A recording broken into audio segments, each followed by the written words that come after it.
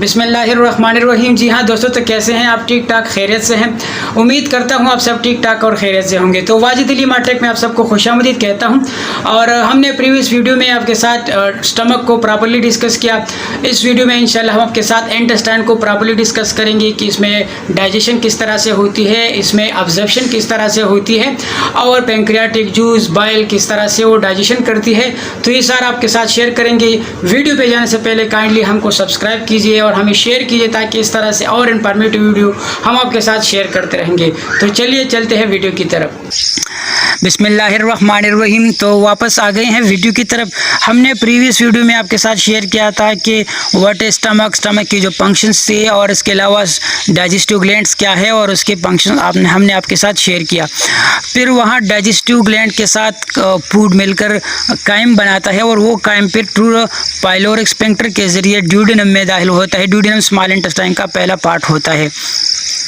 तो what is small intestine? Small intestine GIT tract का तीसरा पार्ट होता है जहाँ मेजॉरिटी अब्जॉर्प्शन एंड डाइजेशन होती है। ये 6 मीटर लॉन्ग होता है and many time polled in the in abdomen. ये पेट में, इन एब्डामिन में ये फोल्ड हुआ होता है मैनी टाइम। और ये 6 मीटर लॉन्ग होता है। ये लॉन्ग होता है लेकिन इसको स्मॉल इसीलिए कहते हैं क्योंकि इसकी डायमीटर स्मॉल होती है। तो इसकी डायमीटर की वजह से इसको हम स्मॉल इंटेस्टाइन कहते हैं। इसको 3 पार्ट्स में डिवाइड किया गया है। सबसे पहला पार्ट है वो ड्यूडेनम, दूसरा पार्ट जेजिनम एंड तीसरा पार्ट इलियम कहलाता है। जो 2 मेन फंक्शंस है वो इसकी अब्जॉर्प्शन ऑफ मुख्तलिफ किस्म की न्यूट्रिएंट्स एंड मिनरल्स है और इसके अलावा digestion of protein and fats यहाँ होती है। ऑब्जर्प्शन यहाँ थ्रू विलाई होती है या स्पेशलाइज सेल्स होते हैं या स्पेशलाइज प्रोजेक्शन लाइक स्ट्रक्चर्स होते हैं जो इनर म्यूकस लेयर पे होते हैं आप इंटेस्टाइन। तो इसका जो मेन फंक्शन है वो ऑब्जर्प्शन करती है। इसको हम फर्दर आपके साथ डिस्कस करते रहेंगे। सबसे पहला पार्ट होता है ड्यूडेनम। ड्यूडेनम क्या है? Duodenum the first part of the small intestine और इसका जो मेन फंक्शन है वो प्रिपरेशन कर रही होती है ऑब्जर्प्शन के लिए। ये ऑब्जर्प्शन के लिए प्रिपेयर कर रही होती है स्मॉल इंटेस्टाइन को। प्रोटीन एंड फैट डाइजेशन यहाँ होती है through the pancreatic juice and bile. Pancreatic juice और बाइल के जरिए यहाँ डाइजेशन अकर होती है। और ये कहाँ से आते हैं? फिर पैंक्रियास पैंक्रियाटिक जूस को खारिज करती है और फिर ये ड्यूडेनम में लाता है। और इसके अलावा बाइल लीवर में प्रोड्यूस होता है। फिर ये गाल ब्लैडर में स्टोर होके थ्रू द गाल ब्लैडर ये बाइल को सिक्रेट करता है इनटू द स्मॉल इंटेस्टाइन या इनटू द ड्यूडेनम। तो इसके अपर पार्ट होता है, इस पर ब्रूनर ग्लैंड होते हैं जो कि म्यूकस और बाइकार्बोनेट्स को ये सिक्रेट कर रहा होता है। और इसका जो मेन फंक्शन है वो न्यूट्रलाइज करता है। वो जो एसिडिक काइम वहाँ से आया हुआ होता है तो उसको ये क्या करती है? इसको ये न्यूट्रलाइज करती है। इसकी पीएच लेवल 8 तक होती है तो ये उसको अल्कलाइन मीडिया में कन्वर्ट करते हैं। इसके अलावा यहाँ 2 एंजाइम्स होते हैं, कोलिसिस्टोकाइनिन्स एंड सिक्रेटिन। ये 2 एंजाइम क्या करती है? इसका जो मेन फंक्शन है वो स्टिमुलेट करती है पैंक्रियाटिक जूस एंड बाइल को, ये स्टिमुलेट करती है। इसका जो मेन फंक्शन है वो क्या है? जब काइम ड्यूडेनम में आता है तो ये स्टिमुलेट करता है पैंक्रियाटिक जूस को कि आप आएँ और यहाँ डाइजेशन करें। और बाइल को भी कहते हैं कि हाँ मुझ में फैट्स और कोलेस्ट्रॉल वगैरह है तो आएँ आप यहाँ डाइजेशन करें। तो इसका ये मेन फंक्शन होता है कोलिसिस्टोकाइनिन एंड सिक्रेटिन का। जेजिनम दूसरा पार्ट होता है अब स्मॉल इंटेस्टाइन। और जो बचा कचा डाइजेशन नहीं हुआ होता है वहाँ तो जेजिनम में वो डाइजेशन अकर हो जाती है। इसके अलावा यहाँ ज़्यादातर अब्जॉर्प्शन होती है। यहाँ इसके अलावा स्पेशलाइज सेल्स होते हैं जिसको विलाई कहते हैं। जो इनर लेयर होता है ऑफ इंटेस्टाइन म्यूकोजल लेयर पर ये प्रोजेक्शन होती है इसकी, तो इसको विलाई कहते हैं। और इसका जो मेन फंक्शन है वो absorption of foods and nutrients वगैरह ये करती है। तो विलाई क्या है? Villi is the finger like projection of lumen of intestine enclose into blood capillaries and absorption of nutrients. ये विलाई कैपिलरीज में एम्बेडेड होती है। बहुत सारे कैपिलरीज इसमें होते हैं और उस कैपिलरीज के ज़रिए ये न्यूट्रिएंट्स को ऑब्जर्व कर रही होती है। तो ये फिंगर लाइक प्रोजेक्शंस होती हैं और इसका मेन फंक्शन है वो ऑब्जर्प्शन है। ये इंक्रीज़ करता है the surface area of for the absorption.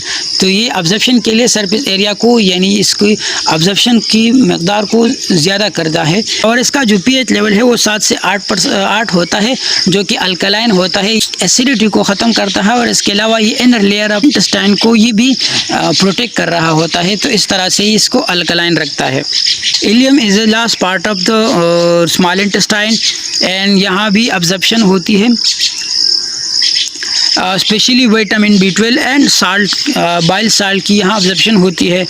और इसके अलावा इसमें जो इनर लेयर होता है तो यहाँ कुछ लिम्फॉइड टिश्यू होते हैं, इसको पाइप पैचेस कहते हैं। और इसमें क्या है, लिम्फोसाइट्स है और इम्यून सिस्टम होता है यहाँ। तो ये लिम्फोसाइट्स यहाँ पर प्रोटेक्शन कर रही होती है फ्रॉम द इन्वेडर्स और अदर जो के पैथोजेंस होते हैं, तो इसकी प्रोटेक्शन भी कर रही होती है। इसके अलावा आप देख सकते हैं व्हाट इज़ विलाई। यहाँ आप देख सकते हैं कि ये स्मॉल इंटेस्टाइन है और ये इसको ब्लड सप्लाई हुई है, ये आप देख सकते हैं। और ये इसके लेयर्स है, मस्कुलर लेयर, सेरोजा लेयर, और इसके अलावा ये म्यूकोसल, सब म्यूकोसल लेयर होते हैं। फिर अब ये इनर लेयर होता है, जो इनर लेयर में आप देख सकते हैं ये प्रोजेक्शन लाइक स्ट्रक्चर होते हैं, तो इसको विलाई कहते हैं। और ये विलाई फिर इस सरफेस एरिया को इंक्रीज करता है फॉर द एब्जॉर्प्शन। आप देख सकते हैं ये एक अलग सी विलाई को आप देख सकते हैं, तो ये विलाई है। ये विलाई ये प्रोजेक्शन लाइक स्ट्रक्चर्स होती है, आप देख सकते हैं। और इसको फिर ये कैपिलरीज में एम्बेडेड होते हैं, आप देख सकते हैं। ये रेड कलर, ये आर्टरीज है और ये वीन्स है। तो ये इसका जो मेन फंक्शन है वो अब्जॉर्प्शन करता है मुख्तलिफ़ किस्म के न्यूट्रंस को। ये विलाई होते हैं और ये अब्जॉर्प्टिव सेल्स होते हैं, यहाँ पर कान आ जाता है और यहाँ पर ये अब्जॉर्प्शन होती है। इसके अलावा इसमें एक स्पेशलाइज सेल्स होते हैं जिसको लेक्टिल्स कहते हैं। What is लेक्टिल्स? लेक्टिल्स ये लिम्फॉइड टिश्यूज़ होते हैं या लिम्फॉइड सेल्स होते हैं या लिम्फॉइड सेल्स होते हैं, जो कि कोलेस्ट्रॉल, ग्लाइसराइड्स, फैट्स वगैरह को ये ऑब्जर्व करते हैं या लाइपोप्रोटीन्स को आसानी से ऑब्जर्व करते हैं और उसको फिर ब्लड स्ट्रीम में लेते हैं। विलाई सेमी परमिएबल होते हैं और थ्रू डिफ्यूजन यहाँ ट्रांसफ़र होती है मुख्तलिफ़ किस्म के न्यूट्रंस वगैरह। तो थ्रू द डिफ्यूजन प्रोसेस यहाँ न्यूट्रंस वगैरह ट्रांसफ़र होती है to capillaries, specially amino acid, simple sugar, ये इसको टैग करता है और ब्लड स्ट्रीम में ये ले जाते हैं। और लेक्टिल्स ये इसका जो मेन फंक्शन है वो लाइपोप्रोटीन, ग्लाइसरॉल और कोलेस्ट्रॉल वगैरह को ये ऑब्जर्व करता है और इसको फिर ब्लड स्ट्रीम में ले जाता है। इसके बाद होता है हेपेटोपेंक्रियाटिक डक्ट। तो ये वो डक्ट होता है जिसमें पेंक्रियाज भी और इसके अलावा बाइल, ये दोनों मिलकर ड्यूडेनम में एंटर होते हैं। तो वहाँ पर ये एक जगह इकट्ठे हो जाते हैं, तो उस इकट्ठे होने वाली जगह को क्या कहते हैं? हेपेटोपेंक्रियाटिक डक्ट। ये आप देख सकते हैं ये गॉल ब्लैडर है और ये लीवर से दो डक्ट्स वगैरह आते हैं। तो गॉल ब्लैडर से बाइल इधर आ रहा होता है और ये पेंक्रियाज है, तो पेंक्रियाज से ये पेंक्रियाटिक जूस इधर आ रहा है और आप देख सकते हैं कि ये इधर इकट्ठे होते हैं। और फिर यहाँ दो ये आपको दिखाई दे रहा है जो बांधी हुई है, इसका जो मेन फंक्शन है अभी मैं दिखाता हूँ आपको। ये जो बांधी हुई चीज़ें हैं ये स्पिंक्टर है, ये वाल्स है। इस वाल्स का फंक्शन क्या है कि जब कोई सिस्टोकाइनिन या कोलिसिस्टोकाइनिन या सिक्रेटिन फिर इसको जब स्टिमुलेट करता है तो तब ये ऑन होते हैं, जब ये स्टिमुलेट नहीं होती तो ये ऑफ रहता है। तो इस तरह से ये इसके फंक्शंस को मेंटेन रखता है, ये आप देख सकते हैं। और फिर ये जो आपको दिखाई दे रहा है ये हेपेटोपेंक्रियाटिक डक्ट या पेंक्रियाटिक एम्पुली भी इसे कहते हैं या इसे ग्रेट डक्ट भी कहते हैं। तो इसका जो मेन फंक्शन है वो गॉल ब्लैडर से जो बाइल वगैरह आता है और पेंक्रियाज से जो पेंक्रियाटिक जूस आता है, तो ये ड्यूडेनम में इसको ड्रेन करता है, इसको ही फिर उतारता है फर्दर डाइजेशन प्रोसेस के कि वो फर्दर डाइजेशन करे। इसके बाद है पेंक्रियाटिक जूस। तो what is pancreatic juice and bile? Bile और पेंक्रियाटिक जूस किस तरह से डाइजेशन करती है? तो सबसे पहले पेंक्रियाटिक जूस। तो पेंक्रियाटिक जूस पेंक्रियाज से सिक्रीट होता है, खारिज होता है through ducts, and bile gall bladder से थ्रू डक्ट्स आता है ड्यूडिनम में। तो पेंक्रियाज में दो स्पेशलाइज सेल्स होते हैं जो कि एंडोक्राइन और एक्सोक्राइन होते हैं। एंडोक्राइन को हम इंशाल्लाह आपके साथ डिस्कस करेंगे फर्दर, और एक्सोक्राइन वो डाइजेशन के लिए स्पेशली होते हैं।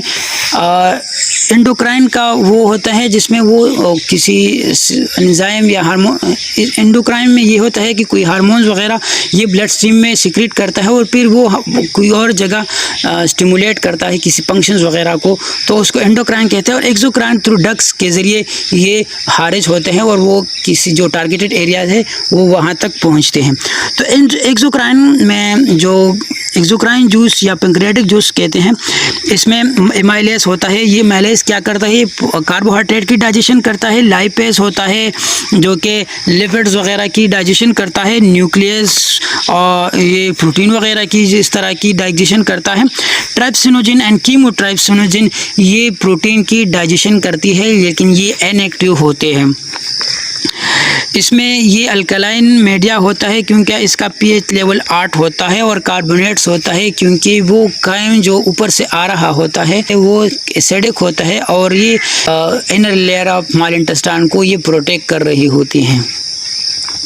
इसके बाद इंटेरोकाइनेज एक एंजाइम होता है जो कि इंटेरोसाइट्स यानी जो स्मॉल इंटेस्टाइन के जो इनर सेल्स पे होते हैं वहाँ से सिक्रेट होते हैं, और इसका जो मेन फंक्शन है वो ट्राइप्सिनोजिन को ट्राइप्सिन में कन्वर्ट करता है जो कि प्रोटीन की डाइजेशन करती है। इसके अलावा बाइल आता है। बाइल गाइल ब्लैडर से आता है और ये एमल्सिफाई करता है, डाइजेशन ऑफ पेट्स करता है। एमल्सिफाई का मतलब है कि ये कोलेस्ट्रॉल या पेट्स को कन्वर्ट करता है इनटू फैटी एसिड्स, और फिर ये डाइजेशन के लिए, फिर ये एब्जॉर्प्शन के लिए प्रिपेयर करती है इसे। वही सेम बात cholecystokinin and secretin in the duodenum में होते हैं जो कि इसके फंक्शंस को स्टिमुलेट कर रहा होता है। डाइजेशन तो आप देख सकते हैं कि पेट्स की digestion through the bile and lipase के ज़रिए होती है। प्रोटीन की डाइजेशन ट्राइप्सिन के ज़रिए होती है स्पेशली इन स्मॉल इंटेस्टाइन, और कार्बोहाइड्रेट की डाइजेशन स्पेशली यहाँ एमाइलेज के ज़रिए होती है। तो इस तरह से ये स्मॉल इंटेस्टाइन में डाइजेशन और न्यूट्रिएंट्स की एब्जॉर्प्शन होती है। Thank you for watching this video. अगर आपको ये वीडियो अच्छी और इन्फॉर्मेटिव लगी हो काइंडली हमें सपोर्ट कीजिए in the form of share with other friends, and हमें सब्सक्राइब कीजिए, हमें लाइक कीजिए, ताकि इस तरह के और इन्फॉर्मेटिव वीडियो आपके साथ शेयर करते रहेंगे। अस्सलाम वालेकुम।